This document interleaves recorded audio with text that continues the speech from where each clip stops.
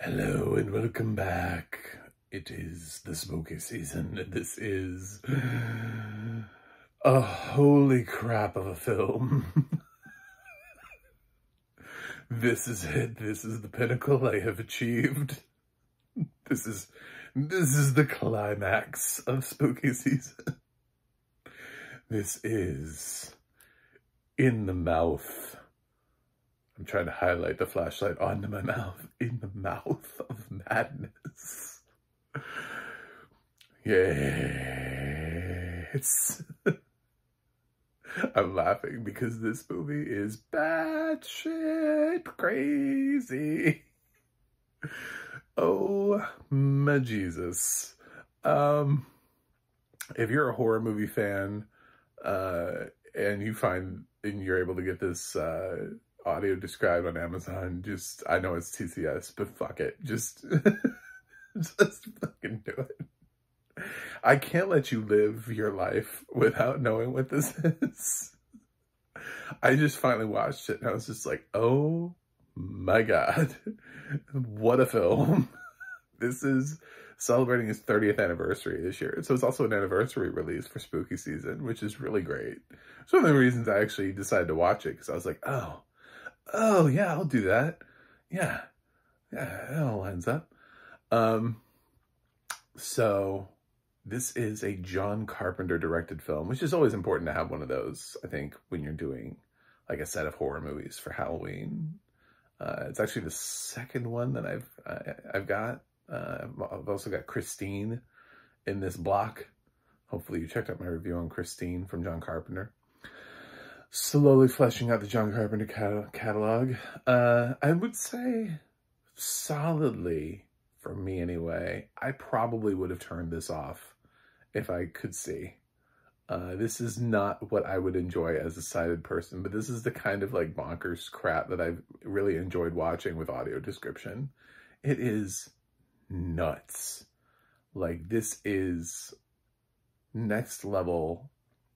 They don't make them like they used to. Horror. You know what I'm saying? Like, John Carpenter is, he was given a leash and some money, and he just went for it.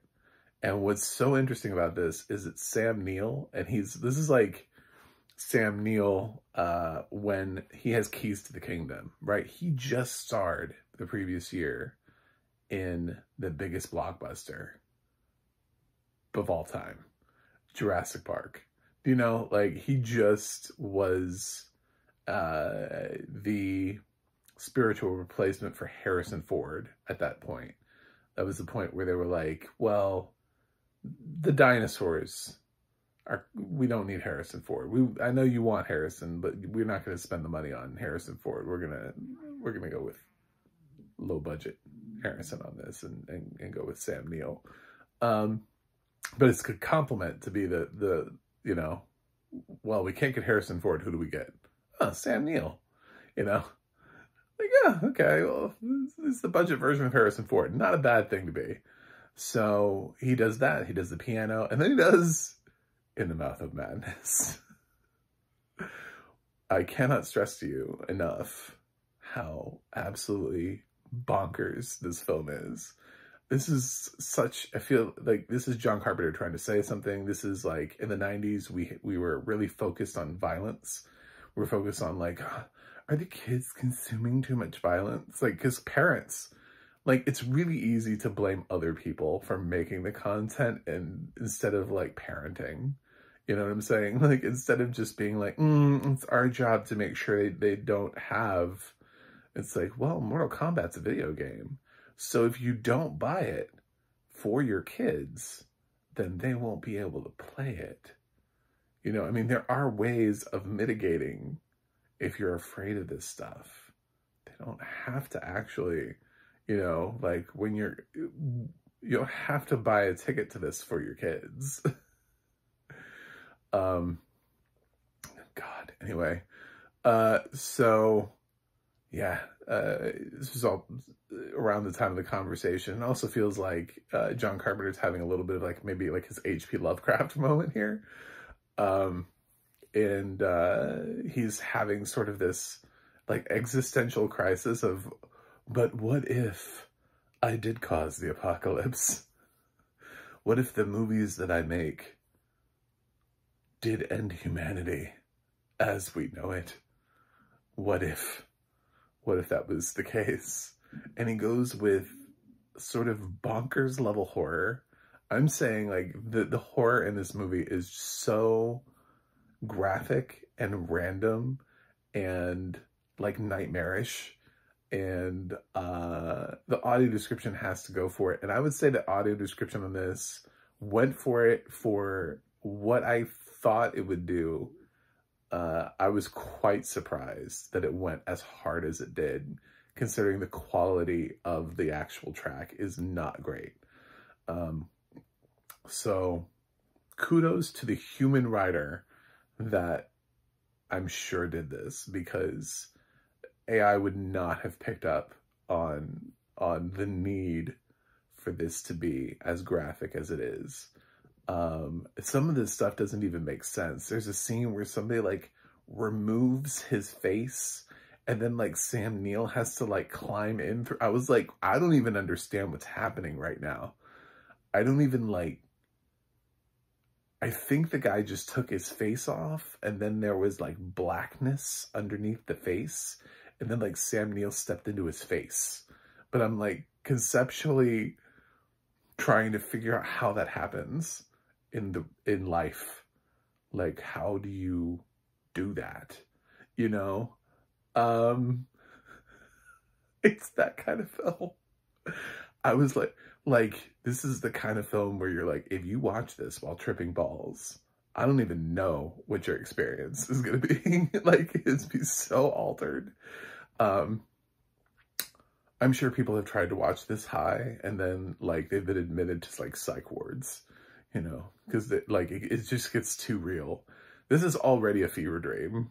So if you're going to amp it up by trying to like change the world and in which you live, I don't know.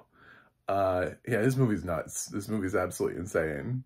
I kind of knew John Carpenter liked to do stuff like this because I've seen like Ghost of Mars, which has a lot of like BDSM type weird violence and stuff in it. Obviously Sam Neill is not a stranger to horror movie. I've also seen Event Horizon, a movie I like, which has some really gnarly gore in it. But I don't think, I'm not sure. This has to be in like the top 10 for me in terms of films I've experienced like this. Like, I think gore is the, I think I'm gonna say goriest films, but it's just straight up weird also. Weirdest and goriest simultaneously. Not just a film, because there are some films that are set up with like set pieces, but they're not really scary at all. They're not even really that weird. Something like Hostel is just like set up purely for gore, you know, like it's its sole purpose in life. It's not scary, nor is it, you know, like it's just like, well, what if we dismember bodies? The movie.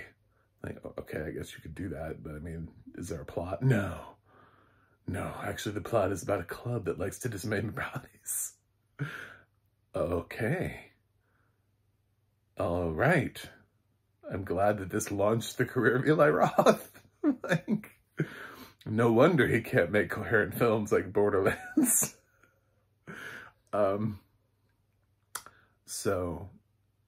This is, I don't know, is this coherent? I'm not really sure. I think this is a film that everybody sort of revisits, and they accept the fact that it is exactly kind of what the title says it is. It is in the mouth of madness. And this is like an inexplicably bonkers, I'm just gonna keep using that word, bonkers. I want that to be, man, I want to be a pull quote critic. I can have, so I want that on, everybody else is writing something that's like really like deeply critical. They're like, well, actually it evokes the styles of, and I'm just gonna put bonkers. Absolutely bonkers. In the best of ways.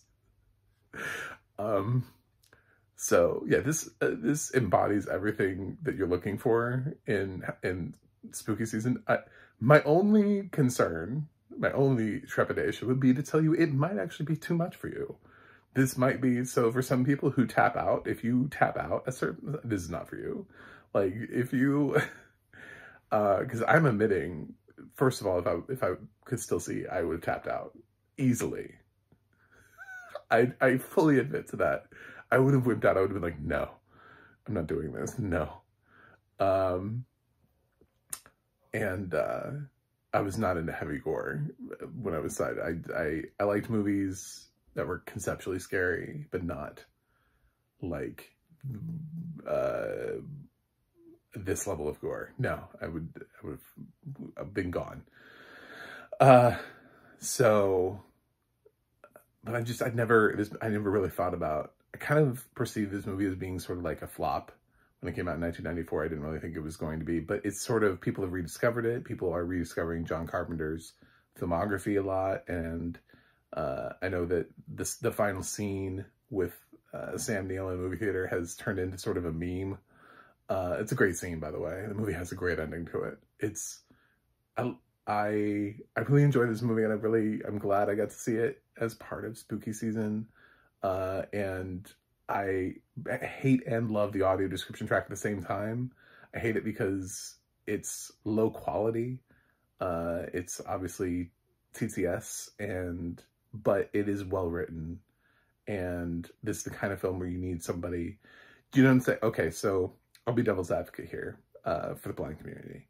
So you could have this human audio described, but if it was written in the way, if anybody watched my In a Violent Nature review, which is human audio described, it's also human written, and the writer of that did an awful job of describing In a Violent Nature.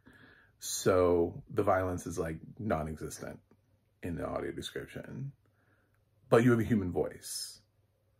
So, which is actually more important? That's the question. Like, when you find yourself in this position, is you have a film like this, which is clearly somebody took TLC and it's done with the intent and the care of making sure that everything translates. But it doesn't sound great, but the words that are coming out are. And then you have something like In a Violent Nature, which sounds good, but is completely worthless. So which one would I choose out of like which one is the lesser of the two evils? We're still about making sure that the writing is there. I mean, like, you can put the best voice on the worst script, and if he has nothing to say, it's still nothing. It still offers you nothing. It still brings you nothing. You know, just having a good voice and having it well produced, if they don't have anything to tell you or to offer you, if you're still left confused, if you still feel like you haven't seen the film that the rest of your family and friends saw, it didn't do its job. But if you did watch something that was well written by a solid writer, but just lacked the entertaining quality of having a really great human narrator voice, but you come away from it going, holy shit, I fully got every vibe that film was putting down, you know? So yeah, of the lesser of the two evils, I would choose, make sure we have at least the best writer we can have. And I think this had it. So unquestionably In the Mouth of Madness. Now, as far as my grading scale, when I'm starting to put things, I'm not going to give it an A because I never want to see this movie again in my life. This movie was a lot. I know horror movie fans are like, you suck. Why are you doing horror? I'm like, listen, my sweet spot are teen slashers. That is my sweet spot for horror movies. I branch out from there. This is in a different place. This is, I don't even know what genre this is. BDSM horror isn't even, that's like Event Horizon. This is heavy amounts of cocaine and heroin and just going, like, being like, can I get away with it? Yeah, I can get away with it. You know, like finding out like, oh, I could put that in a movie. Okay, I'm going to do that. Yeah, It's definitely next level horror, and I think people will like it for Halloween, so I'm reviewing it. And it's 30th anniversary, and Sam Neill does a great job here. This is why there should be awards for people who are in horror movies, because Sam Neill deserved some sort of an award for this. Absolutely. It's the kind of film you'd never get an Oscar nomination for. Like, everybody's talking about Demi Moore this year. It's like, well, we can look back through the years and be like, well, there's stuff like this where you're like, Sam Neill is clearly anchoring this film. He's in every frame. And the film wouldn't work if he wasn't a good actor. So yeah, In the Mouth of Madness, I'm going to give it an A-. I'm holding it back slightly because it also makes me a little uncomfortable. So there's like, I don't want to like give it like the high grade, but also for like what it does it really well. Like, I think making me uncomfortable is part of its general thing. So that's it. Thanks for watching. Thanks for subscribing. And I haven't told you anything about this film. I want you to just, like, it's really hard to describe. It is just really hard. I've given you seeds, like little breadcrumbs. And I didn't know anything about it either. And I had a bonkers time. So just absolutely, you will too. You don't need to know anything about this. Just go watch it. Just put it. If you're like, well, I'll watch any horror movie. Well, great. Watch this. See you guys on the other side.